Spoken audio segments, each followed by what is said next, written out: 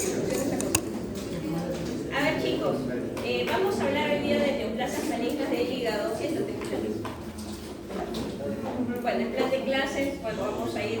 Depende de eso y no va a haber, porque sé que han estado estudiando. Supongo que no han estudiado, algo habrán leído, supongo, pero yo me voy a preguntar igual. Bueno, ¿qué crees que no va a haber? Bueno, los logros de su busca, digamos, en el aprendizaje de eso, identificar los tipos de neoplasias malignas más frecuentes del hígado. Hay varias neoplasias malignas, pero cuanto menos las más frecuentes. Y conocer los factores de riesgo de cáncer hepático, prevención y screening en los grupos de riesgo, que eso va a ser importante que lo sepan para que después, y de hecho cuando sean internos o semistas, van a ayudar mucho en esta parte de la prevención. Y identificar el diagnóstico y tratamiento del edema de hígado más frecuente. Bueno, vamos a ver, vamos a empezar con un caso que después ustedes van a tener que resolver solos. Era hace el año 2017 y existía un paciente real, varón de 37 años, natural y procedente de Apurímac con antecedente de madre con hepatitis B, y había llegado por un tiempo de enfermedad de un mes, de dolor abdominal en hipocondrio derecho, hipopunzada, intermitente de moderada intensidad, por lo que acude al centro médico de allá de Apurímac, donde realizaron una ecografía abdominal, le encuentran una masa hepática de 158 milímetros que ocupa todo el lado izquierdo y parte del lado derecho. Bueno, lo derivan al hospital, a Aliati, ¿no? Y encuentran un alfa-fetoproteína de más de 316.000, un antígeno de superficie positivo para hepatitis B, un anticore total positivo, con carga viral indetectable en ese momento, hepatitis C negativa. Dentro de los exámenes de laboratorio, lo positivo está en rojo, la gamma glutamina en 343. La tomografía y resonancia magnética observa una gran masa tumoral que ocupa los segmentos 2, 3, 4, 5 y 8, no metástasis pulmonares, no ascites. Está ese paciente en un piso de gastroenterología, toman una biopsia y encuentran carcinoma hepatocelular. La imagen de la resonancia se ve como lleva todos los segmentos 2, 3, el 4, esta es la hepática derecha, por lo tanto vienen a ser los segmentos 8 y 5, 8 y 5. O sea, todo el hígado izquierdo más la sección anterior derecha del hígado, solamente le queda prácticamente muy poco hígado realmente, ¿no? Solamente le quedaría el segmento 6 y el segmento 5. Pregunto yo, ante tal tumoración, ¿habrá alguna opción terapéutica o paliativa? Vamos a verlo, ¿ok? ¿Alguien se anima a dar alguna respuesta? ¿Operamos, no lo operamos? ¿Rezamos? Rezamos igual que por su nombre. Bueno, en primer lugar, según el Globocan hace 2020, el cáncer de hígado en nuestro país está más o menos ubicado en el puesto 10 en relación a los otros cánceres en general, que afecta tanto hombres como mujeres casi en igual proporción. Tenemos tumores de tipo epiteliales y no epiteliales en el hígado. Recordar, eso es dentro de los tumores hepáticos primitivos, ¿no? Porque también tenemos tumores hepáticos metastásicos, ¿no? Aquellos que comienzan de repente es un cáncer gástrico con metástasis a hígado, o colon con metástasis a hígado, o de donde puede ser, pero con metástasis hepática. Pero dentro de los primarios vamos a tener los epiteliales y los no epiteliales. Dentro de los epiteliales, el más frecuente es el hepatocarcinoma y su variante del hepatocarcinoma fibrolamelar, que se ve más en pacientes jóvenes, y el colangiocarcinoma intrahepático. ¿Okay? Vamos a tener otro tipo de neoplasias, como por ejemplo el cistoadenocarcinoma biliar, que es poco frecuente, pero es importante que lo conozcan porque es la única tumoración quística en el hígado que es maligna. Y tenemos otro tipo de tumores no epiteliales, que son menos frecuentes, ¿no? Los angiosarcomas, los hemangioendoteliomas epitelioides, en fin, de otras variedades de sarcoma. Vamos a hablar de los más frecuentes dentro de los primitivos, que es el hepatocarcinoma y el colangiocarcinoma. Y daremos por ahí una pincelada de lo que es el cistoadenocarcinoma y después comentaremos dentro de las metástasis hepáticas. Vamos a comentar la metástasis hepática del carcinoma colorectal, que digamos, el cáncer colorectal es uno de los más frecuentes, es el más frecuente en el aparato digestivo y por lo tanto vamos a comentarlo un poquito en relación a la metástasis que da. Y en el mundo, para 2012, por ejemplo, hay lugares donde tienen una incidencia bastante alta de hepatocarcinoma, que usualmente va a ser la región del Asia y algunas partes del África, y en América del Sur está un poco más baja, incidencia baja, menos de 5 casos por 100.000 habitantes. Eso fue en 2002. Después en 2020 vemos de que la incidencia de cáncer de hepatocarcinoma ha ido aumentando, y de lo que era menos de 5 estamos hablando de que ahora estamos en casi 7, ¿no? 6.83. Entonces esto ha ido aumentando y eso hay que tenerlo en cuenta. Y bien, para el hepatocarcinoma o para el manejo del hepatocarcinoma hay diferentes guías, las americanas, las europeas, las asiáticas, las africanas. Las guías con las que más utilizamos nosotros es las guías europeas, y porque son un poquito más cercanas, digamos, a la manera como venimos trabajando acá. Y en los últimos años también la europea como que se ha fusionado mucho con la americana, y la americana como que está haciendo un poquito más de caso a los europeos. Bueno, tenemos esta guía de 2012, que si quieren la pueden leer, pero después apareció esta guía en 2018, donde tuvieron algunas variaciones en cuanto a tipos de tratamiento.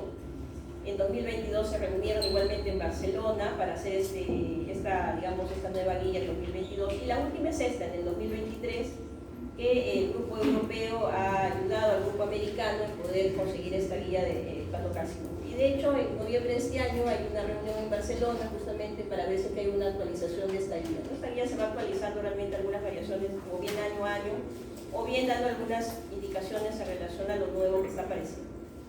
Y bueno, los factores de riesgo fundamentalmente para el hepatocarcinoma van a ser hepatitis B, C, alcohol. Tengan cuidado, chicos, no comen mucho alcohol. La enfermedad de hígado graso no alcohólico, ¿no? El famoso NASH, ¿cómo se llama? La asociación con obesidad, y la cirrosis hepática. Y en buena cuenta también todas estas enfermedades finalmente pudieran desarrollar cirrosis hepática en un tiempo. Entonces hay que tener en cuenta mucho también que esta comida se cuenta. Dentro de todas las guías que hay de hepatocarcinoma, incluyendo la última, es un poquito engorroso para el estudiante de pregrado poder entenderla, porque tiene varias aristas, y sobre todo ahora, hoy por hoy, con los nuevos manejos de relación a tipos de quimioterapia y algunos inmunoterapia incluso que se está dando. Entonces es un poquito complejo. Sin embargo, esta guía, que está dentro de sus lecturas obligatorias, que está en español, o sea, de paso, nos ayuda mucho porque nos orienta un poquito mejor, cuanto menos para ustedes, que puedan leerlo y puedan ser más comprensivos. Así que les recomiendo revisarlo. Supongo que ya la revisaron, si no la revisaron, revísenla. Por ahí, algunos conceptos han variado en relación a la última guía, pero son conceptos muy de especialista, digamos. Así que sería bueno que lo revisaran. Bien, dentro de la prevención y recomendaciones para justamente lo mejor es prevenir antes que lamentar con hepatocarcinoma, porque cuando tenemos pacientes con hepatocarcinoma en nuestros hospitales son como este paciente, muchos de ellos, pacientes que vienen muy avanzados y que de repente no se pudiera hacer mucho, de repente en algunos casos. Entonces, lo ideal es la vacunación universal contra hepatitis B, que de hecho esto ha frenado mucho que algunos pacientes lleguen a tener cirrosis o a tener hepatocarcinoma. Y una vez que ya se tenga el diagnóstico de hepatitis crónica viral, tenemos que iniciar tratamiento antiviral, ¿no? Y esto, bueno, solo va a haber mejor un gastro, pero de todas maneras tenemos que tener en cuenta que si el paciente tiene factores de riesgo, es mejor pedir una serología y iniciar el tratamiento. Una vez establecida la lesión hepática asociada a cirrosis o pacientes con infección de hepatitis B, la eliminación del agente etiológico disminuye, pero no elimina el riesgo de aparición del hepatocarcinoma. Sin embargo, disminuye bastante el riesgo. Diagnostico al paciente de hepatitis B, comienzo con el tratamiento, usualmente con entecavir, ¿no? Y probablemente no desaparece de todo el riesgo de hacer HCC, pero lo disminuye bastante. Pero evidentemente ya sabemos que es un grupo de riesgo para desarrollar HCC. Los pacientes con cirrosis asociadas a virus de hepatitis C mantienen el riesgo tanto de hepatocarcinoma de novo como de recurrencia de hepatitis C. Entonces hay que tener, recurrencia de hepatocarcinoma, perdón. Entonces hay que tener en cuenta que también esto es un grupo de riesgo y en algunos casos se puede dar tratamiento. Y se recomienda que en este tipo de pacientes haya una vigilancia estricta con ecografía. Entonces es por eso que el screening de hepatocarcinoma se debe hacer una ecografía abdominal cada 6 meses en estos pacientes de riesgo, pacientes que tienen cirrosis hepática, pacientes que están en lista de espera de trasplante hepático o portadores de virus de hepatitis C o hepatitis B. ¿Okay? Entonces, en estos pacientes hay que tener en cuenta de que estos pacientes tienen mayor predisposición a hacer hepatocarcinoma, y por lo tanto las guías internacionales recomiendan de que se tiene que hacer una ecografía cada 6 meses en estos pacientes. ¿Cuál es el objetivo? Encontrar al hepatocarcinoma pequeño, de menos de 2 centímetros probablemente, cuando haya opción para que se pueda dar un tratamiento y obviamente la sobrevida del paciente sea mejor. Entonces, en estas ecografías, en este cribado ecográfico destinado a estos grupos de riesgo, tenemos que verlo. Si encontramos un nódulo de menos de 1 centímetro, se repite la ecografía ya no a los 6 meses, sino a los 3 o 4 meses, y se ve. Si se mantiene estable durante 24 meses, se vuelve nuevamente el cribado convencional, que es la ecografía cada 6 meses. Pero si se ve que crece, tenemos que iniciar ya el algoritmo cuando vemos un nódulo de más de 1 centímetro. Y cuando vemos un nódulo de más de 1 centímetro, tenemos que pedir algún examen que nos ayude más en poder ver si esto es un hepatocarcinoma o es un nódulo de regeneración. Y para esto nos sirve una tomografía trifásica de abdomen. Si de repente con la tomografía trifásica de abdomen, el patrón característico del hepatocarcinoma es la hipercaptación en la fase arterial y el washout o el lavado en la fase venosa. Comentábamos en algún momento que para el hígado lo mejor es las tomografías trifásicas, tienen la fase arterial, la fase venosa y la fase de equilibrio, y de acuerdo a cada una de sus fases van a tener algunos tumores ciertas características. Y estas características nos pueden ayudar a orientar el diagnóstico del paciente. En el caso del hepatocarcinoma, vamos a tener que es un patrón característico que en la fase arterial capte contraste y en la fase portal se lave el contraste, como se ve acá. Uno ve esto en una imagen, no necesita biopsia y simplemente el paciente es un hepatocarcinoma en la mayoría de los casos. Excepcionalmente, de repente podrás necesitar una biopsia. Entonces, cuando es más de 1 centímetro es mejor pedir ya una tomografía trifásica. Si no lo tienes todavía muy claro, de repente entonces subir el siguiente paso, que es una resonancia magnética, que mayormente se puede hacer con sustancia común, ¿no? Pero si no se pudiera, y a pesar de eso se tuviera el problema de que no se pudiera, con la contraste normal, que es el gadolinio, no lo tuvieras todavía muy claro si esto es un hepatocarcinoma o no, entonces vamos a una resonancia magnética con sustancias hepatoespecíficas, que es el ácido galocético. Sustancias, el contraste del hepato específico en nuestro país solamente hay en algunas instituciones privadas que hacen resonancia, no lo tienen todas las instituciones, ¿okay? Tenerlo en cuenta eso, porque obviamente y no es muy barato, ¿eh? Entonces, pero podríamos reservarlo para pacientes que de repente con tanto tomografía trifásica con contraste convencional y resonancia magnética con contraste convencional, que es el gadolinio, no pudiéramos ser capaces de poder discernir si esto es un hepatocarcinoma o no. Si es positivo, evidentemente vamos a hacer el estadiaje y el tratamiento del hepatocarcinoma, y si alguna de estas fuera negativa, vamos a subirlo a la imagen, ¿no? Si no lo tengo claro en la tomografía, la resonancia trifásica, no lo tengo claro en la resonancia magnética trifásica convencional, resonancia magnética trifásica con sustancia hepatoespecífica. Bien, el cuadro clínico del hepatocarcinoma realmente es asintomático al inicio y ya comienza a desarrollar síntomas cuando es de más de 5 centímetros, ¿no? Porque comienza a hacer efectos de presión o comienza a distender la cápsula hepática, ¿no? Y menos del 30% de hepatocarcinomas son diagnosticados fuera del programa de cribado, ¿no? Y podrían tener algún tratamiento curativo. Cuando hacemos el cribado podemos ayudar al paciente a darle la opción terapéutica, pero cuando no hacemos el cribado, ya lo vemos en estadios más avanzados, donde ya hay hepatomegalia, ictericia, citis, donde ya no se puede hacer nada por el paciente. En relación al diagnóstico, el diagnóstico no invasivo, solo en cirróticos, esta tomografía con este patrón característico de captar contraste en la fase arterial y lavado en la fase venosa, suficiente, no necesitamos biopsia en el caso de pacientes cirróticos, que son las que tienen mayor predisposición a hacer hepatocarcinoma.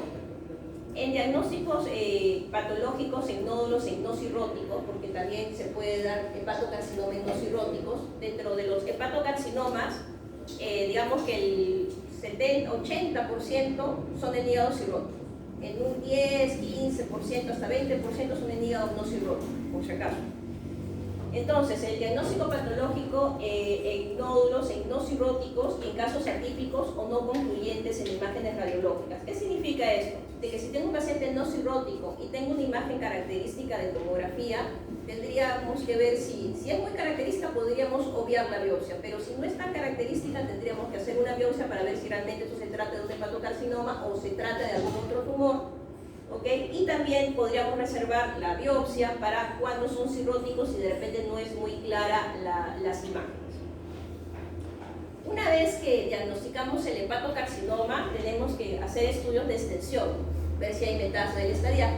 Para esto, tomografía torácica, tomografía pélvica, Tenemos que si de repente la imagen de hepatocarcinoma la diagnosticamos con tomografía, sería bueno pedir una resonancia magnética trifásica. ¿Por qué? Porque la resonancia magnética va a poder ser más sensible a nódulos de menos de 2 o 1 centímetro, que la tomografía podría no captar. Entonces hay que tener en cuenta tomar una resonancia magnética de abdomen trifásica, y ya quedaría a criterio si es que hay algún dolor óseo, un dolor muscular, en fin, la gamografía ósea. Y el alfa-feto no sirve para el diagnóstico, pero sí sirve para el seguimiento, y es importante entenderlo, el alfa-feto una vez diagnosticado, para que cuando le demos el tratamiento podemos ver cómo cae ese alfa-feto, y cuando hay recurrencias este pudiera aumentar. Entonces nos sirve más el alfa-feto como seguimiento. Para los sistemas de estadificación del hepatocarcinoma, esos que están ahí y más, TNM, BCLC, CUP, Pitocchio, en fin, una serie de sistemas de estadificación. Pero lo que nos va a ayudar y nos ha ayudado probablemente en los últimos 20 años, se creó en la ciudad de Barcelona. Esa es la Sagrada Familia en Barcelona. Y es justamente en el Clínic de Barcelona es donde se determinó, se estableció, se creó este score, que es el BCLC. Este BCLC es el score que se hace en hepatocarcinoma en pacientes cirróticos nada más, solo en pacientes cirróticos. Y nos va a ayudar a que dependiendo del estadio podemos definir algún tipo de tratamiento o de terapia en estos pacientes. Entonces este BCLC, que las siglas es Barcelona Clinic Liver Cancer, ¿no?, es recomendado como un sistema de predicción pronóstica y de elección en el tratamiento en hepatocarcinoma. No es un score perfecto, sin embargo, de todos los scores que hay, es el que probablemente se aproxima un poquito más a predecir la sobrevida de acuerdo al tipo de tratamiento que se pueda dar dependiendo del estadio del paciente. Y este BCLC toma en cuenta 3 variables importantes. Uno, el CHAI, para ver la funcionalidad hepática, porque se hace en hígados cirróticos. El estadiaje en sí en relación a si la tumoración está comprometiendo estructuras vasculares, macrovasculares, si está comprometiendo de repente fuera del hígado hay metástasis, en fin. Y además de ello, que vendría a ser como algo parecido al TNM, y también tiene en consideración el perfil físico de la persona, y para esto utiliza el ECOG, que es casi similar al CAPNOSTI, ¿no?, que es más o menos el ECOG 0 es aquel persona asintomático con actividad normal, probablemente todos ustedes, ECOG 0, ¿no es cierto? Pero si ya el paciente comienza a tener sintomatología, pero de manejo ambulatorio, ya es un ECOG 1, y así va aumentando el ECOG conforme el paciente vaya siendo más, puede hacer sus actividades de la vida diaria, o comienza ya a estar más tiempo en cama o sentado, y en fin. Bien, el TNM en sí, como ¿cómo se llama? Lo conocemos, la séptima edición.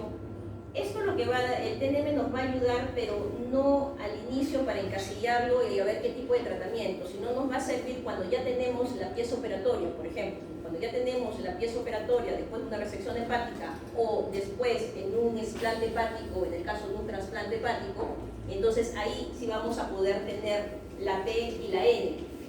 Y la M, que es una metástasis, ya lo veremos obviamente en los estudios de estadiaje. Pues bien, entonces vamos a ver ese BCLC, que a veces es un poco complejo de entender, y algunos creen que solamente los que están en Barcelona lo pueden entender, pero realmente sí es un poco digerible cuando uno comienza a ver. Entonces, paciente con hepatocarcinoma diagnosticado en paciente cirrótico. Como lo voy a repetir, el BCLC solo sirve para hepatocarcinoma en paciente cirrótico, no es para pacientes no cirróticos. Y ese hepatocarcinoma, después de haber hecho su estadiaje, su resonancia y todo, vamos a tener que ir catalogándolo en diferentes estadios. Tenemos el estadio muy inicial o el estadio 0. Tenemos el estadio, el muy inicial es el 0, el estadio inicial es el estadio A, el estadio intermedio es el estadio B, el estadio avanzado es el C y el estadio terminal es el D. El estadio muy inicial es un hepatocarcinoma único, de menos de 2 centímetros, ese que usted detectó en el cribado, ¿no? Y entonces vemos si la función hepática es conservada, se refiere de que evolutivamente va a ser un Shayla sin hipertensión portal, un ECOG en 0, un paciente aparentemente asintomático. Y tenemos que ver en este paciente, ¿el paciente es candidato a trasplante o no es candidato a trasplante? Tendrá mucho que ver la edad, porque hay límites de edades. El paciente, por ejemplo, en nuestro país, más de 65, 68 años, excepcionalmente en comité puede pasar a trasplante, pero la mayoría, hay un límite de edad de más de 65 que ya no puede ingresar a la lista de espera, salvo alguna reunión multidisciplinaria donde vean de que sí pudiera entrar. Los pacientes jóvenes de 70 años, probablemente ese paciente no entre a lista de espera en nuestro país y probablemente en algunos otros. Bien, entonces si el paciente no es potencial para trasplante, entonces el paciente va a ablación. ¿Qué es ablación? Ablación es utilizar utilizar una energía de radiofrecuencia o similar, donde uno ve por ecografía, eso lo hace el radiólogo intervencionista, ¿no? Ve por ecografía el nódulo, coloca la aguja con guía ecográfica y quema la lesión. ¿Okay? Eso es radiofrecuencia. Además de la radiofrecuencia hay otros tipos también, pero cuanto menos quédense con el concepto de que estas medidas ablativas sirven para quemar y una de las opciones es la radiofrecuencia. Si el paciente es tributario para trasplante, entonces va a ir a ser tratado de acuerdo a cómo sería tratado si fuera un estadio A. Y en este estadio A vamos a tener o bien un tumor único o máximo 3 nódulos de menos de 3 centímetros. Si el tumor es único, tenemos que ver cómo está la bilirrubina y cómo está la gradiente de presión portal. ¿Por qué? Porque cuando el tumor es único y vamos a ir a una resección hepática en pacientes cirróticos, tenemos que tener en cuenta de que solo van a resecciones hepáticas con pacientes cirróticos si es que no hay hipertensión portal. Y la manera de medir la hipertensión portal es con una gradiente de presión portal que lo hace también radiología intervencionista. Y de manera indirecta, porque a veces no tenemos esa medición porque faltó de repente a un equipo en nuestro país, entonces tenemos que ver consideraciones clínicas. Y dentro de ellas la bilirrubina tiene que estar dentro de límites normales. Si la bilirrubina está anormal, las plaquetas están en menos de 100.000, la bilirrubina en más de 1, entonces son indicios de que este paciente ya no podría ir a resección hepática. Pues bien, volvamos entonces. Tumor, estadio inicial, estadio A, único, sin hipertensión portal, vamos a resección hepática, teniendo en cuenta la volumetría, ¿no es cierto? ¿Cuánto de volumetría del remanente deberíamos tener un paciente cirrótico, Chaila, sin hipertensión portal para hacer una resección hepática? 40, otra literatura 50%, ¿no? 40-50% es lo que deberíamos tener. Si tenemos eso, pues entonces podríamos ir a resección. Si no lo tenemos, tendríamos que ir de repente a una embolización portal y después a una resección hepática. Bien. Pero si el paciente con tumor único tiene hipertensión portal, entonces su opción, la mejor opción del paciente sería el trasplante. Pero tenemos que tener en cuenta qué enfermedades tiene concomitantes. Si el paciente tiene una comorbilidad muy importante, por ejemplo es cardiópata, no va a aguantar el trasplante, por ejemplo, y eso tendría que ver ya con el riesgo quirúrgico. Si el paciente por las comorbilidades de alto riesgo no puede ir a trasplante, entonces iría a ablación. Lo que comentábamos hace un momento, una opción es la radiofrecuencia. Sea con cualquier método, microondas, lo que fuese, van a ir prácticamente a quemar la lesión. Cuando tenemos nódulos, varios nódulos, pero máximo 3 nódulos de menos de 3 centímetros, igualmente vamos a ver, hay enfermedades, hay comorbilidades importantes de riesgo o no. Si no hay comorbilidades de riesgo, el paciente va a trasplante. Pero si hay comorbilidades de riesgo, entonces va a ablación a la cabeza, la radiofrecuencia. La radiofrecuencia es buena hasta un tamaño de nódulo de 3 centímetros. Y además de eso, no es bueno. Por eso es que hay esta parte de aquí. Ahora, cuando el paciente va a trasplante y está en este estadio, sea el inicial o el muy inicial, tiene que tomar en cuenta y tiene que tener unos criterios que se llaman los criterios de Milán. ¿Cuáles son los criterios de Milán? Para quien revisó el PPT. ¿Cuáles son los criterios de Milán? Milán es un equipo de fútbol.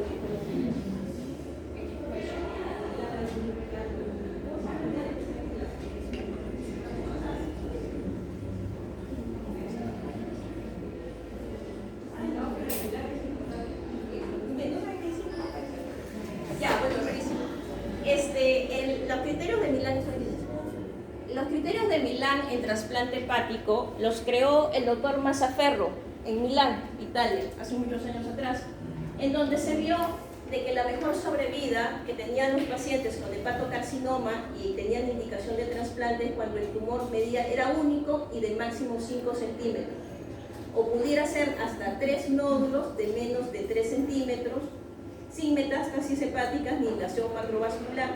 Y en estos pacientes, cuando se hacía el trasplante hepático, su sobrevida podía ir a más del 70% a 5 años, y algunos han hasta 80% a 5 años. Cuando se excedían de estos criterios, la sobrevida era menor y no tendría razón mucho hacer un trasplante. Hoy por hoy hay algunas excepciones de ello, sin embargo son consideraciones muy precisas, entonces hay que tomarlo en cuenta el tema de los criterios de edad.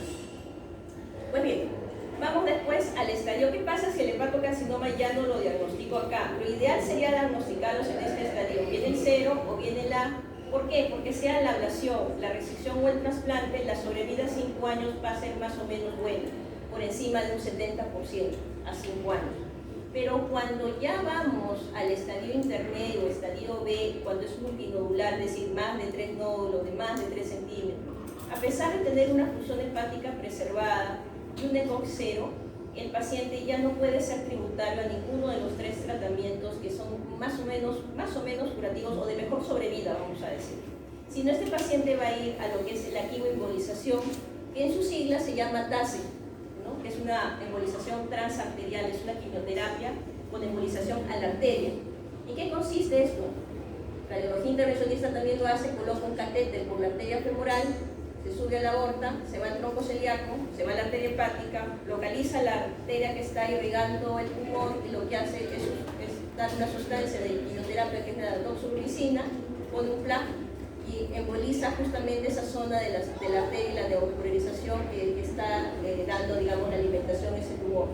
Pero eso, a pesar de que aparentemente podría uno decir ya y con eso se cura, no, porque solamente esto es paliativo. Excepcionalmente, dependiendo del tamaño de la lesión, va a lugar a ser de todas maneras curativo. A veces aparentemente, vamos a decir que va a toda la lesión, pero después recidiva, en poco tiempo. Entonces, cuando estos pacientes ya necesitan de quimioembolización, porque el estadio es intermedio, B, ya la sobrevida ya llega a 2.5 años, 2.3 años, 2.7 años, no llegan ni siquiera a los 3 años. Y cuando vamos a un estadio más avanzado, donde ya comienza a haber invasión vascular de la porta, la cava, ya hay diseminación extrahepática, es decir, hay metástasis, a pesar de que la función puede estar preservada, pero ya estamos hablando de un ECOG 1 o 2, ya en tratamiento ni siquiera le puedes dar TACE, le tendrías que dar algún tipo de tratamiento sistémico. Que antes, hasta hace aproximadamente unos 5 años, donde solamente existía el sorafenib, en estos casos la sobrevida solamente era de 10 meses. Hoy por hoy ya hay otras líneas de quimioterapia y de inmunoterapia que están haciendo de que el paciente pueda vivir más de 1 año, pero menos de 2. ¿Okay? Y bueno, por último ya el estadio terminal, cuando ya hay una disfunción hepática severa y realmente el tumor está avanzado, con metástasis, no, ya no solamente medidas de soporte lo que se le da al paciente. Entonces lo ideal es encontrarlo en los primeros estadios para darle alguna alternativa. En buena cuenta, todos estos hepatocarcinomas, en general los tumores, siempre tiene que haber un equipo multidisciplinario, ¿no? Para decidir qué tipo de tratamiento se le va a dar al paciente. ¿No? En los muy tempranos hablábamos de la ablación, ¿no? Lo que comentábamos, que es la radiofrecuencia. Antes se hacía lo que era el PEI, hoy ya casi no se hace más ablación por radiofrecuencia. Esto es un poco más fino realmente, cuando no se puede hacer la radiofrecuencia por vía percutánea, la opción es hacerla por laparoscopía, también no vía ecográfica, se hace por laparoscopía cuando no se puede hacer por percutánea, cuando la lesión es subcapsular, cuando está cercana al ducto biliar o de la vesícula.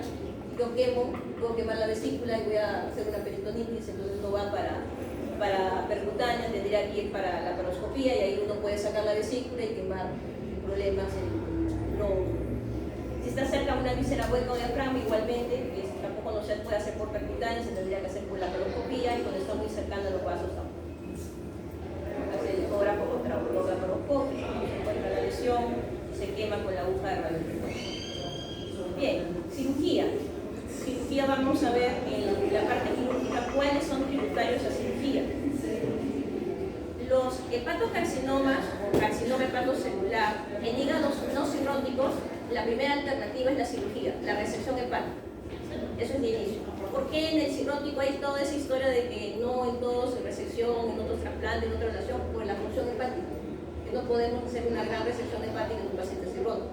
Sobre todo si son cirrosis B o C, imposible. Entonces por eso hay otras alternativas. Sin embargo, en un hígado no cirrótico, la primera elección es una resección hepática, con todas las consideraciones que comentamos en técnico operatorio. Entonces, el tratamiento de primera línea en un tumor cirrótico, no cirróticos y cirróticos con función hepática conservada sin hipertensión portal, bilirrubina normal, gradiente de presión portal menos de 10 milímetros de mercurio y plaquetas mayor de 100.000, entonces en este caso sí podemos hacer una resección hepática. Siempre en centros de referencia, la resección puede ser hepática abierta, laparoscópica, robótica, si es que ahí es el centro que quiere. Entonces tener en cuenta, hígados no cirróticos, resección hepática como primera opción. Hígados cirróticos con función hepática preservada, teniendo en cuenta una gradiente de presión de menos de 10 milímetros, plaquetas de más de 100.000, bilirrubinas normales, también su primera opción sería una resección hepática, ¿no? Cuando no tienen hipertensión portal. Y bueno, las resecciones hepáticas, habíamos hablado en técnica que son anatómicas y no anatómicas, y las anatómicas son las que seguían el Big Bang. Y en hepatocarcinoma, por el tipo de biología tumoral, tenemos que hacer resecciones anatómicas. No hay forma de hacer resecciones no anatómicas, porque si no, no hacemos nada. Bueno, acá tenemos todo el Big Bang, que eso ya lo conocen, esto vamos a pasar porque eso ya lo conocen. Lo de la ecografía igual, no sé si acá se abre. Luego, cuando teníamos un paciente, si ustedes ven, es hepática derecha, hepática derecha, es una resonancia. Y se ve una tumoración que está medio pegada a la hepática derecha. Acá parece que está un problema. No sé si funciona el ecografía. Bueno, acá le hicimos una ecografía intraoperatoria y se vio que el tumor invadía la hepática derecha. Entonces es importante tener la ecografía intraoperatoria porque si no la tenemos podríamos ir a solamente sacar un segmento, una sección y de repente compromete más y estamos dejando enfermedad. Acá no se puede ver la ecografía se veía cómo comprometía la hepática derecha y se tuvo que hacer una hepatectomía derecha. El tumor, esta es la hepática derecha y se ve cómo el tumor es infiltrado.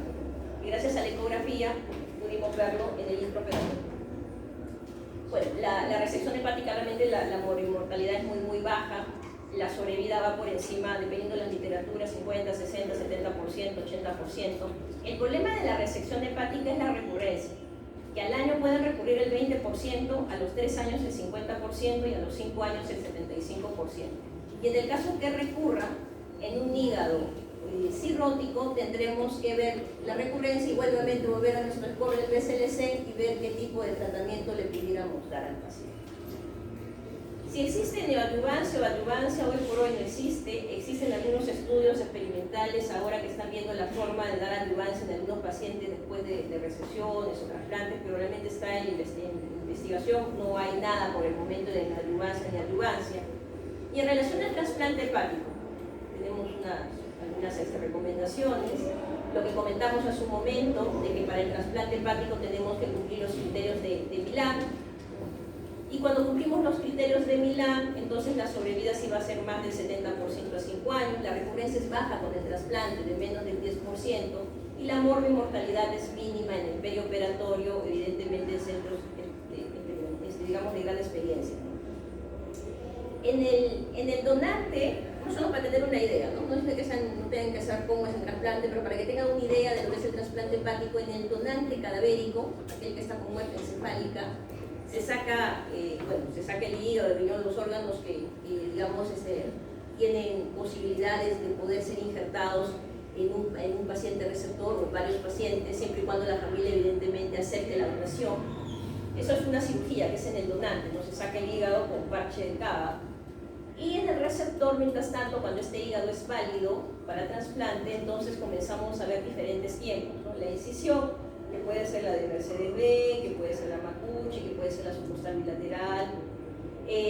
Va a haber una fase de hepatectomía en el receptor porque tenemos que sacar todo el hígado cirrótico, ¿no? Y tiene dos formas, que es la clásica de la de preservación de cava.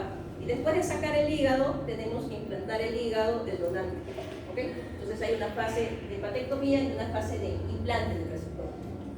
Y la hepatectomía clásica, como antes se hacía, prácticamente agarrabas con todo el cava. Como tiene una cava retrohepática, con todo el cava, con el hígado, obviamente también salía con sus vasos, ¿no? Vena porta, arteria y conducto.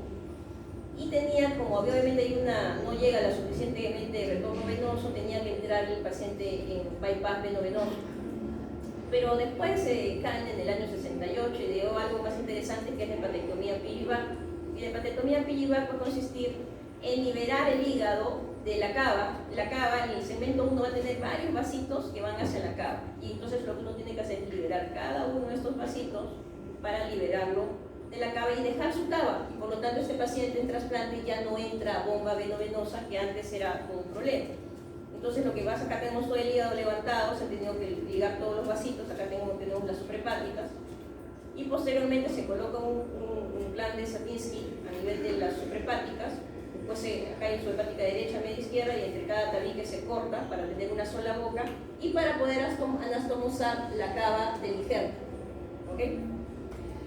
Y comienza la cirugía con la anastomosis de ese puñón de suprahepáticas del receptor con la cava del injerto.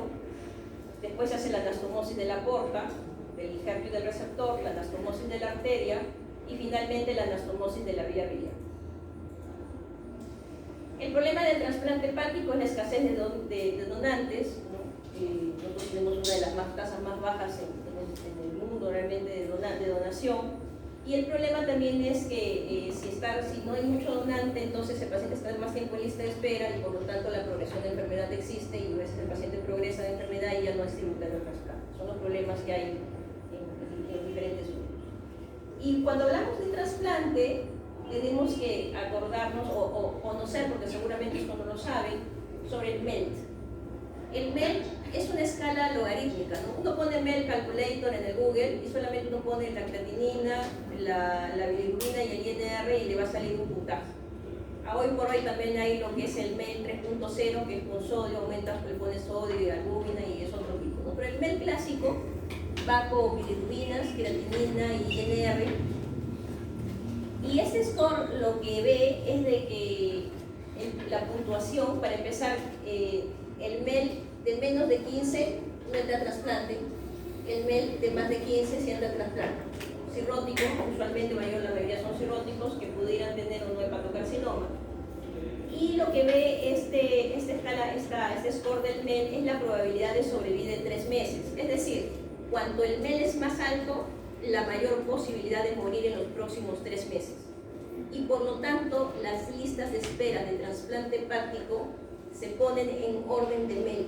La puntuación más alta, que es el que probablemente se pueda morir más rápido, es la que lo tienes que poner primero y ahí vas colocando de acuerdo a cómo vaya teniendo esa puntuación. Pero el problema en el trasplante, en el hepatocarcinoma, es de que a veces pudiera ser que el paciente tenga un MEL bajo, pero sin embargo tiene un hepatocarcinoma que puede progresar porque el hepatocarcinoma no está dentro de ese logaritmo. Entonces lo que se ha hecho en nuestro país y en el mundo es darle puntaje de priorización. Por ejemplo, en nuestro país, paciente cirrótico con hepatocarcinoma que cumpla los criterios de Milán, de inicio se le ponen 20 puntos. Y cada 2 meses se va reevaluando el paciente y se le puede aumentar incluso 3 puntos. Para que de alguna manera pueda sopesar con aquel paciente que puede tener su cirrosis, seguramente algo descompensada, pero que no tiene hepatocarcinoma y no da ese chance de poder progresar. Bien, en relación al seguimiento, cuando hicimos o bien ablación, o bien cirugía, o bien trasplante, resección hepática o bien trasplante hepático, tenemos que hacer un seguimiento en nuestros pacientes, que es cada 3 meses, los primeros 2 años, y después cada 6 meses, el tiempo que continúen con nosotros. Y el seguimiento se hace con alfa-feto y con tomografía trifásica. Si vemos en algún momento que el alfa-feto aumenta, tenemos que hacer más estudios para ver de repente si hay alguna recurrencia en algún otro sitio. Cuando el tratamiento es paliativo, es decir, TACE, quimioterapia, inmunoterapia, entonces en esos casos ya vamos a darle solamente, igual vamos a seguirlo con tomografía, alfa-feto casi no, excepcionalmente dependiendo de los protocolos de los hospitales también podría ir con alfa-feto cada 2 meses para guiar más que todo si es que en algún momento el paciente se descompensa más que todo. Bien, dicho esto, volvemos a nuestro paciente, ¿no? Ese paciente de 37 años, natural y procedente de Apurímac, con antecedentes de madre con hepatitis B, un mes de dolor abdominal en hipocondrio derecho, tipo pulsada, intermitente, y que acude al centro de allá de Apurímac y le encuentran en la ecografía, ¿no? Una masa de casi 16 centímetros en todo el hígado izquierdo y parte del hígado derecho, una alfa-fetoproteína que probablemente sea una de las más altas que haya podido ver. Bueno, hay más altas, pero realmente es bastante alta. Con un antígeno de superficie positivo, un anticore total positivo, una gamma glutamina en 343 y una tomografía, una resonancia donde se ve evidentemente el compromiso de todo el lado izquierdo, el lado derecho, según segmentos 5 y 8, aparentemente no se ven ganglios ni se ven metástasis. La pregunta es, ¿habrá alguna opción terapéutica o paliativa en este paciente? ¿Qué creen? Sí, ¿cuál? ¿Quién dijo sí? ¿Tú qué estás viendo?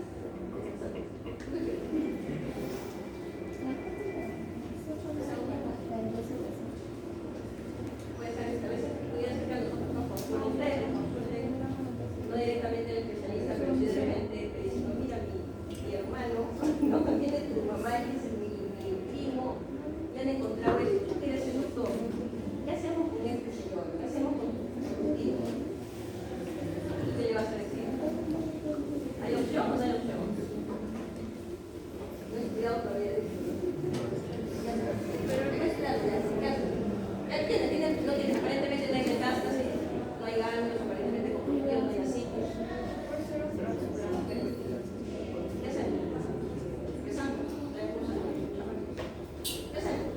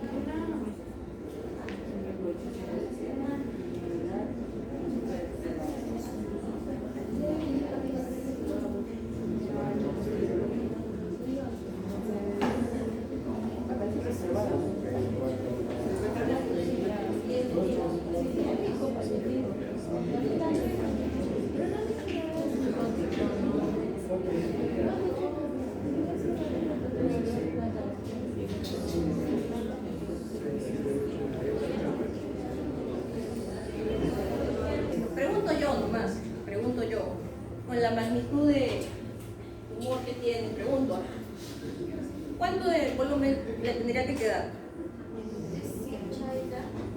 No, es un tumor cirrótico, es eso. Pero tiene hepatitis B. No podría irse al 30, ¿no? ¿Tendrá 30%? ¿Qué hacemos? ¿Qué le vas a embolizar? ¿Y ahí qué hacemos con lo que sea en el derecho?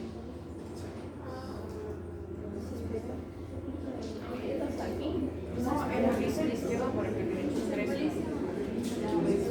Ya, porque es el izquierdo, también tienes la sección anterior derecha del hígado. ¿Cómo haces para embolizar eso? Porque usualmente uno emboliza por derecho o por izquierdo, ¿no es cierto? ¿Cómo haces para? Bien difícil que llegues hasta el anterior derecho, ¿no? Con semejante tumor todavía. La aromática media. No hay quien. Ya, bueno, el gastroenterólogo nos avisó y dijo, pongan una nota donde ya no se puede hacer nada por este paciente. Y ¿cómo se llama? Para que le dé su kit, vea qué le vamos a hacer al paciente. Pero no, el paciente realmente tenemos que hacer una volumetría y a pesar de que se ve tan aparatoso ese tumor, recordar que la volumetría hepática dentro de las variables es el hígado total, pero menos el volumen tumoral. ¿Por qué? Porque el hígado tumoral es un hígado no funcionante. Por lo tanto, sí pudiera ser que esto pudiera tener más del 30%.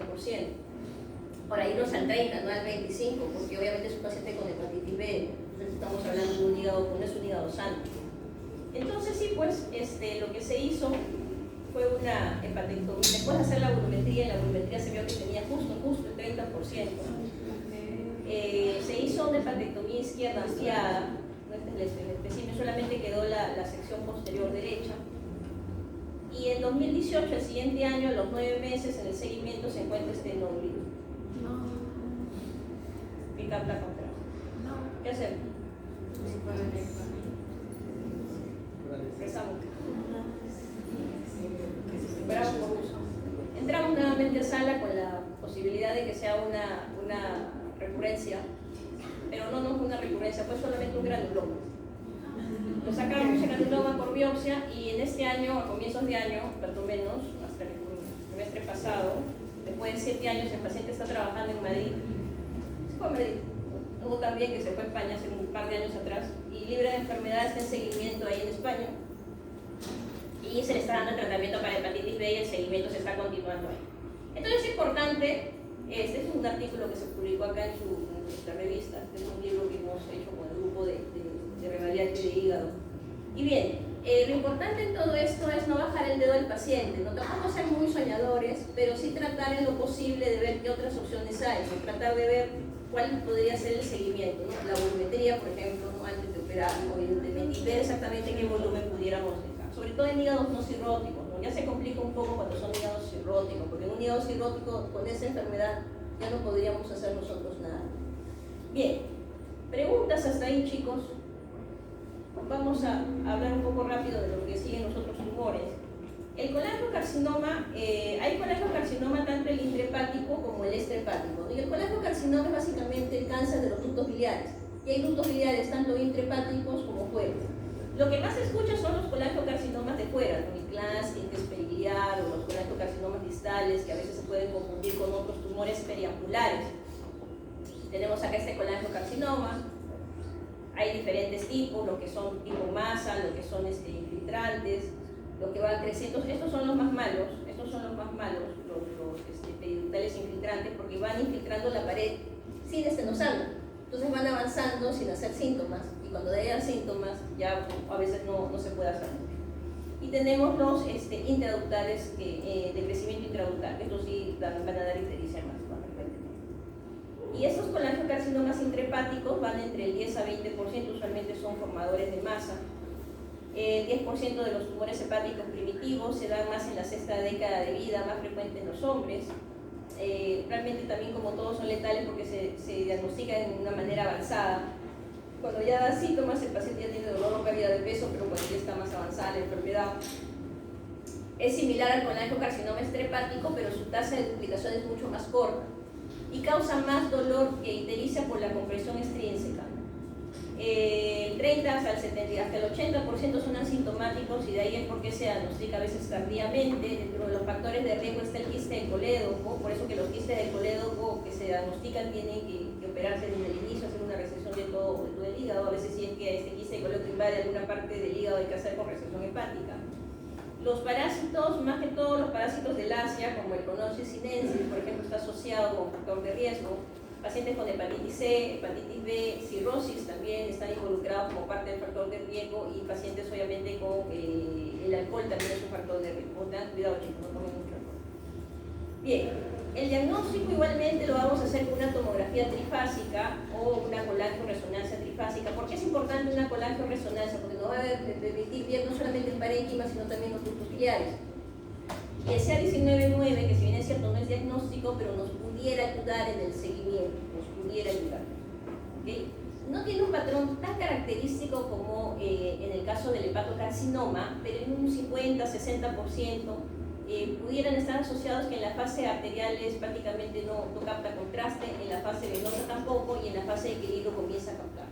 No es patognomónico, sin embargo, en un 50-60% de colangiocarcinomas intrahepáticos, más o menos pudiera ser la manera como se distribuye el contraste de acuerdo a la fase de la tomografía y o resonancia. ¿Cuál es el tratamiento? Igual, resección hepática anatómica, no son anatómicas, son resecciones hepáticas anatómicas, pero se agrega la linfadenectomía regional. ¿Por qué? Porque los colangiocarcinomas intrahepáticos tienden a diseminarse también a nivel linfático. Entonces, en este caso, a diferencia del hepatocarcinoma, que la cirugía de resección hepática no va para la linfadenectomía porque su diseminación es por vía arterial mayormente, en el caso de los colangiocarcinomas intrahepáticos va con resección hepática anatómica y linfadenectomía regional, es decir, todos los ganglios que están a nivel del ligamento hepatoduodenal. La sobrevida es baja, a 5 años estamos hablando de 20 a 43%, no más. Lo ideal es iniciar la cirugía con laparoscopía de estadiaje, ecografía intraoperatoria, y si no hay nódulos, no hay implantes, se puede proceder a la resección hepática anatómica. Importante ver obviamente si no hay ganglios, el ecógrafo nos va a ayudar para ver si no hay otros nódulos en el hígado.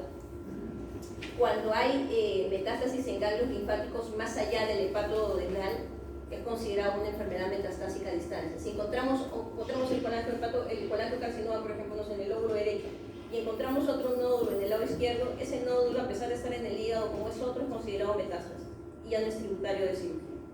¿Ok? Solamente ya sería para mentalmente quimioterapia, tomar alguna biopsia de repente. Acá eso es lo que hablamos de enfermedad. Cuando la enfermedad hepática es multifocal, entonces es metástasis y es una contraindicación para la resección.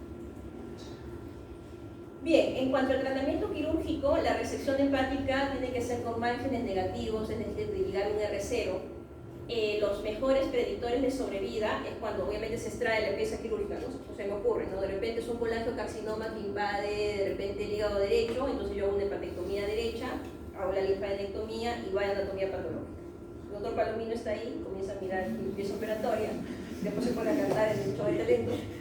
Pero antes de cantar en el show de talentos nos describe el informe, ¿no? ¿Y cuáles son los mejores predictores de sobrevida, ¿no? Cuando los ganglios no están comprometidos, o sea, un N0. Cuando el tumor es negativo, es margen más de 1 centímetro, ¿no? Se ve margen negativo, ¿no? No hay enfermedad, no quedó enfermedad. Lesiones únicas, es mejor. Y la falta de invasión vascular microscópica, ¿no? Eso va a dar una mayor sobrevida y por lo tanto cuando hablamos de que la sobrevida va entre 20 a 43%, significa de que los que viven 43% a 5 años probablemente son los que tengan estos mejores marcadores, digamos, en la pieza operatoria, y los que no lo tienen irán más hacia la sobrevida del 20% a 5 años.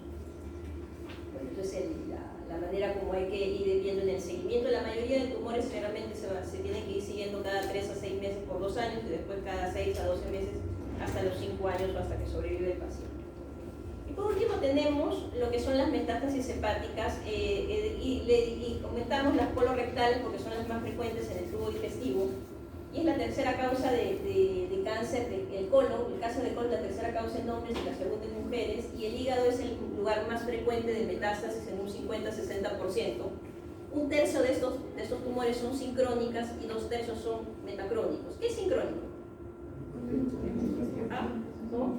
Al mismo tiempo, claro. Yo diagnostico el cáncer de colon y en el mismo momento diagnostico la metástasis hepática. Por ejemplo, ustedes van a su hospital, ¿no? Donde están haciendo sus prácticas, y encuentran un paciente que está obstruido, por ejemplo. Obstrucción intestinal, ven la tomografía y ven un tumor en el colon sincrónico. Pero en esa misma tomografía ven nódulos en el hígado, sincrónico. Cáncer de colon con metástasis hepática de diagnóstico sincrónico. ¿Cuándo es metacrónico? Este mismo paciente en el hígado no había nada, y tumor en el colon sigmoide, lo llevo a sala de operación, hago la resección, la sigmoidectomía, y animo incluso a hacer la anastomosis colorectal, porque el paciente sigue en seguimiento, le da su quimioterapia dependiendo de lo que salga en la anatomía patológica, y después de 1 año, 2 años, en su seguimiento encuentro metástasis hepática metacrónica. ¿Ok? En eso se diferencia. Muy bien, normalmente con los criterios propios de metástasis probablemente en los últimos 30 años, la metástasis hepática en la gran mayoría solamente eran resecables un 10 a 20% y no resecables en un 80 a 90%. Entonces, este porcentaje, este 10 a 20 iba a cirugía y los otros iban a quimioterapia. Pero ¿qué pasaba? Que cuando iban a cirugía, la sobrevida iba del 35 a casi 60% de sobrevida a 5 años. Pero cuando iban a quimioterapia, menos del 8% sobrevivía. Y nos estamos hablando con los criterios que se tenían probablemente en los últimos 30, hace unos 30 años. Y el objetivo de los últimos 30 años ha sido incrementar la resecabilidad para dar mayor sobrevida a los pacientes que pudieran en un inicio no tener criterios de no resecabilidad. Y en el año 2001,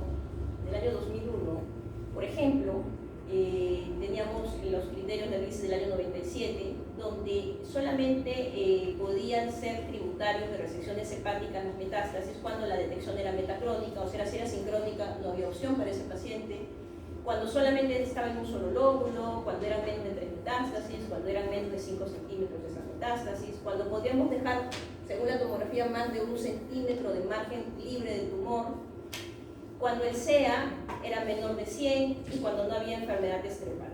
Pero ¿qué pasa? Que menos del 10% de pacientes cumplían con estos criterios y evidentemente son los que iban a cirugía y prácticamente el 90% no podía ir a cirugía y los pacientes se morían. Pero ¿qué pasó después en los siguientes años? Obviamente gracias a los temas de investigación, tanto en la mejora de las técnicas quirúrgicas como en la mejora de la quimioterapia y la inmunoterapia, es que mejoró esta definición de resecabilidad. Y René Adam es un cirujano que trabaja en el Paul Brousse en París. Para los que quieren ser oncólogos, por si acaso, en París hay, y en la dirección de este profesor René Adam, tienen una página que se llama el Livermed Survey. El Livermed Survey es digamos, el centro de investigación multicéntrica más grande en metástasis hepática, sobre todo en carcinoma colorectal, y recolecta información de diferentes centros para poder ir mejorando las técnicas y la quimioterapia en este sentido. Entonces, ¿qué se vio en el 2009? Que las cosas cambiaron, ¿no? O sea, del 2001, estaba sentada en mi congreso en el 2001 estaba siendo internado. Entonces, comparado, y comparado después, 8 años después, las cosas cambiaron. ¿Y qué se vio? Que se podían resecar todas las metástasis hepáticas, dejando por lo menos un 20% de volumen funcional hepático en un hígado sano. Si es un hígado con quimioterapia, decíamos que es más del 30%, ¿no es cierto?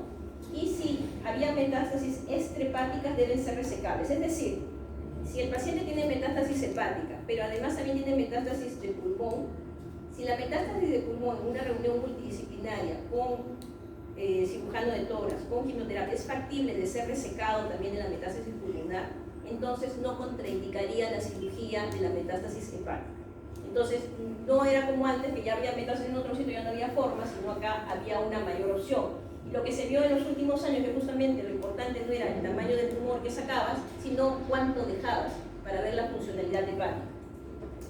Y bueno, la otra pregunta es, ¿la edad es un límite? Pregunto, ¿la edad es un límite? Si el paciente tiene 80 años, tiene metástasis hepática, ¿lo puedo operar?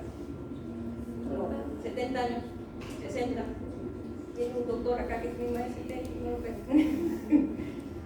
No, la edad no es un límite. Los límites son las comorbilidades que tenga el paciente. Lo que sí se ve, evidentemente, siempre va a haber, por ejemplo, en este estudio de Livermed Survey, donde esto creo que es del año, hace unos 5 años, creo que es esto, o 6, habían ya recolectado algo de 12.000 pacientes, más de 12.000 pacientes, y que tuvieran la comparación en menos de 70 años y más de 70 años. Y lo que se vio es que en menos de 70 años la sobrevida a 5 años era del 42% y en los de más de 70 años era del 36%. Que si bien es cierto, había diferencias significativas, pero tener más del 36% a 5 años definitivamente es más que ese 8% de sobrevida que le diéramos si lo lográramos. Y por lo tanto, realmente hoy por hoy le dan su límite, sino las comorbilidades. Después, ¿qué se vio? Las metástasis irresecables. Antes había estas metástasis grandes, no se hacía nada. ¿Y qué se vio en los últimos años? Quimioterapia de conversión. Entonces se le da quimioterapia a estos pacientes, previo estudio de inmunogenes.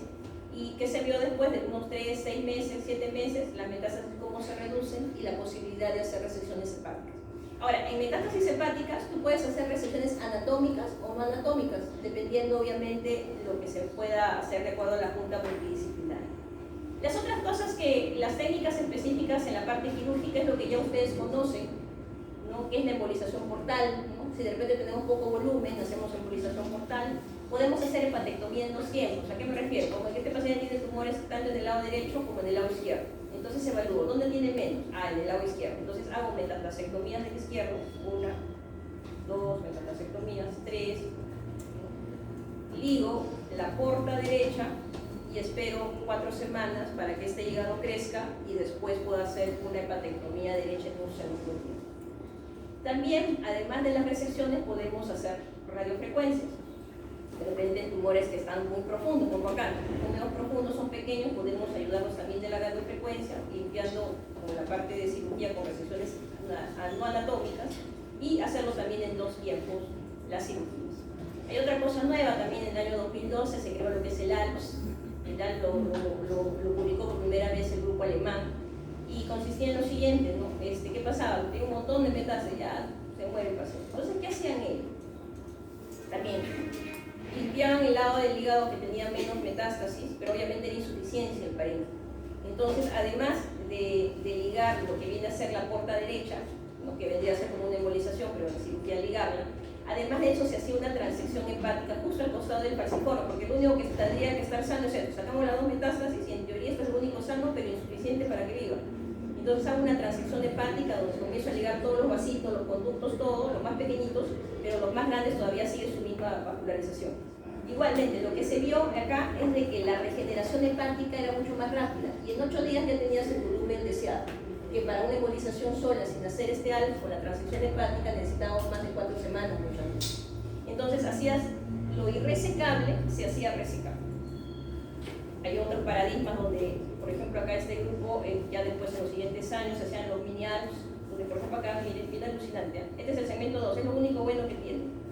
Lo que hacen es hacer la transección hepática acá, ligar la porta derecha, en cuellos tienen quirófanos inteligentes, embolizan la vena que se va al segmento 4, y entonces después de unos 2 semanas encontramos un hígado suficiente y comenzamos a hacer la resección de todo. Y suficiente con un solo globo, con un solo segmento, mientras que tengas el volumen adecuado en el paciente. Bien alucinante. Casos excepcionales, evidentemente, no siempre va a haber esto, son casos excepcionales que se tienen que tomar en cuenta con una junta, obviamente, multidisciplinaria en el hospital donde uno esté. Y bueno, para lo que uno más o menos, esta gráfica es importante, porque muchas veces hay colegas, hasta ahora, en los últimos años también han habido, pero incluso todavía siguen habiendo algunos, que piensan que cuando ya ven metástasis hepáticas, de carcinoma colorectal, diferente al adenocarcinoma de páncreas, si ya ves metástasis ya no tiene opción, pero los adenocarcinomas de carcinoma colorectal son más benevolentes dentro de lo malo que son, y a pesar de haber metástasis podemos hacer resección. Entonces, dependiendo la biología tumoral del tumor, nosotros podemos hacer un tratamiento quirúrgico cuando hay metástasis, no va a ser en todos los tipos tumorales, evidentemente. Entonces, pero antes veía el paciente de cáncer de colon, yo operado metacrónico, sincrónico, con metástasis hepáticas, y a veces le bajaban el dedo al paciente. Ya no supera, ya no supera, ya que vaya con terapia y todo eso. Pero ¿qué fue lo que vio el grupo del profesor Morris y del Boston? Es lo siguiente. Si ustedes pueden ver acá, ven el estadio 3, el estadio 3 del cáncer de colon, que está acá en azul pitufo. Y el estadio 3 de cáncer de colon, yo sé que todavía no llevó cáncer de colon, pero el estadio 3 de cáncer de colon es, puede ser de 2, de 3, puede ser cualquier T, pero N0. T3, pero N0, es decir, no tiene ganglios. ¿Okay? No tiene ganglios y no tiene metástasis. ¿Okay? Y lo que uno hace obviamente es la resección del colon y no más. Evidentemente no tienes por qué hacer ninguna resección de metástasis porque no la tiene. En rosado es cuando el paciente ya está en un estadio clínico 4, es decir, tiene la metástasis hepática, pero no la resecas. Y si no la resecas, como bien comentamos, por más que le des quimio, lo que puede ser es un 8% de sobrevida a 5 años. Diferente al estadio clínico 3 de colon, donde no hay metástasis, donde no hay ganglios, y tenemos una sobrevida de más o menos unos 50% a 5 años. Pero cuando estamos en un estadio clínico 4 y hay resección hepática, lo celestito en clarito, vemos de que prácticamente se iguala al estadio 3. O sea, acá no hay diferencia estadísticamente significativa, ¿no? O sea, vale decir que un estadio 3 de cáncer de colon o un estadio 4 con metástasis hepática que se le puede hacer resección hepática, su sobrevida va a ser similar. Diferente a aquel que no le das la opción, no le das la opción de resección hepática, obviamente su sobrevida va a ser nula o baja. ¿Okay? Entonces, tener en cuenta ello, porque no hay que bajarle el dedo a todos los pacientes, sino hay que estudiar y ver exactamente a qué paciente tenemos. Tener en cuenta en la selección de pacientes el estado físico del paciente, las características del tumor primario, las metástasis, los principios técnicos, las características oncológicas del paciente. ¿Cuándo operar? Cuando vemos de que es posible llegar a un R0, que haya con la quimioterapia de repente que se dé, de repente logre controlar el tumor. Cuando tengamos un margen de resección de más de 1 milímetro, suficiente con 1 milímetro, no necesitamos 1 centímetro como antes. Que hay un suficiente remanente hepático dependiendo del hígado a lo que nos estamos enfrentando. Usualmente vamos a enfrentarnos nosotros a hígado con quimioterapia, por lo tanto tenemos que dejar más del 30%. Y tenemos que seleccionar la técnica quirúrgica que sea la más adecuada en estos pacientes. ¿Okay? Lo bueno, como le digo acá en la metástasis hepática, de que podemos hacer cirugías ahorradoras de parénquima. Y si es factible y son superficiales las metástasis, pudieran ser resecciones no anatómicas. Por su biología tumoral, igualmente a veces no necesitamos hacer una resección amplia siguiendo el RIBAN, salvo que tuviéramos varias metástasis en todo el lóbulo derecho, ahí sí nos obligaría a hacer evidentemente una hepatectomía derecha, por ejemplo. Igualmente, antes se decía, si ya tiene trombosis de acá no se puede hacer nada, pero hoy por hoy, gracias a las técnicas de trasplante, podemos hacer de que el paciente entre en bomba y hacer una cirugía de una hepatectomía in situ, y podemos lograr sacar esta parte del hígado, abrir la cava poniéndole los clavos, poniendo circulación de bomba, sacando el tronco y dejando obviamente la parte del hígado sano poniendo injertos a la vena cava. Este es un tema muy de especialista, pero se pueden hacer cosas excepcionalmente. El manejo y el tratamiento de cualquier patología, incluyendo la que estamos viendo hoy, evidentemente necesitamos un equipo multidisciplinario, pero lo que sí vimos en los últimos 30 años probablemente, de que lo que antes era un 10 o 20% resecable, lo transformamos, gracias a la investigación, evidentemente, el 50-60% hoy son resecables, obviamente teniendo en cuenta quimioterapia de conversión, teniendo en cuenta técnicas quirúrgicas, teniendo en cuenta embolizaciones de porta, en fin. Y por último, lo que es el cistoadenocarcinoma, que es importante que lo sepan porque a veces puede dar dolor, fiebre, ictericia cuando está comprimiendo algo, la mayoría va a ser asintomático, pero ¿por qué es importante que ustedes lo sepan? Porque el cistoadenocarcinoma es el único tumor quístico maligno en el hígado. Cuando uno piensa que hay una tumoración quística en el hígado, uno piensa que es un quiste simple. Lo más frecuente acá es ver un quiste hidratídico, que se puede confundir con un cistoadenocarcinoma. Y la otra opción es un cistoadenoma también. Que los cistoadenomas hay que sacarlos con hepatectomías, pero todavía no son malignos por la posibilidad de que se puedan malignizar. Entonces, como ven acá, pareciera pues de que acá hay un tabí, que de repente se lo puede confundir con el signo del camalote, en fin, ¿no? Entonces, tener en cuenta que cuando ven una tumoración quística en el hígado, hay que hablar siempre con el radiólogo y tomar en cuenta algunas cosas. Que el cistoadenocarcinoma va a tener muchas veces tabicaciones, va a tener calcificaciones, tanto en los tabiques se puede tener incluso en la pared, y va a tener en algunas zonas a veces paredes irregulares. No es una pared exacta, no es una pared totalmente, acá sí se ve más o menos limitada, acá no se ve así. Ustedes pueden ver acá se ve un poco irregular, y además de ello se va a ver alguna de las paredes un poco engrosadas que corresponden justamente a eso. Entonces hay que tener en cuenta en nuestros medios. ¿Por qué? Porque un quiste hidratídico se pudiera confundir con un cistoadenocarcinoma, y de hecho a veces lo han confundido. Y en un quiste hidratídico, ya lo veremos el siguiente lunes, lo que se hace muchas veces es una quistectomía parcial. Se saca una parte del quiste y se drena. Si nosotros hiciéramos eso en este paciente, a veces no se ve esta tumoración cuando lo abren, ¿no? Pareciera como un quiste con un líquido medio marrón, nada más. Entonces lo desechas y lo que haces es diseminar el cistoadenocarcinoma a nivel peritoneal. Entonces hay que tomarlo en cuenta mucho esto, y también en los últimos años se ha tomado en cuenta, porque antes todos pensaban que era un quiste hidratídico, no es así, ¿no? Para saber que en estos casos sí tenemos que hacer una resección hepática anatómica. Si está de repente en el segmento 2 y 3, una seccionectomía lateral izquierda; si está en el hígado derecho, una hepatectomía derecha, ¿no? Siempre tiene que ser anatómica, no podemos hacer una resección parcial en nuestros pacientes. Bien, chicos, preguntas, dudas, comentarios.